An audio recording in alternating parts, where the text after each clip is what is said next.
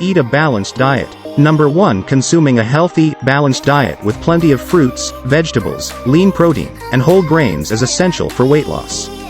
Focus on consuming fewer calories than you burn through daily activity and exercise. Increase physical activity. Number 2. Incorporate regular physical activity into your daily routine.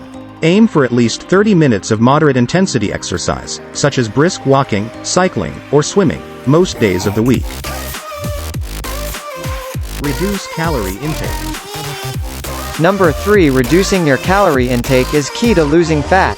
Avoid sugary, high-calorie foods and drinks, and instead choose low-calorie, nutrient-dense options.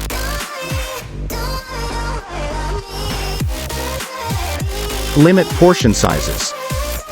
Number 4. Controlling portion sizes can help you reduce calorie intake without feeling deprived. Use smaller plates and bowls, and avoid second helpings.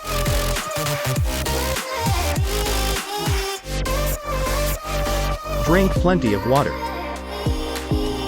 Number 5. Drinking plenty of water can help you feel fuller and avoid overeating.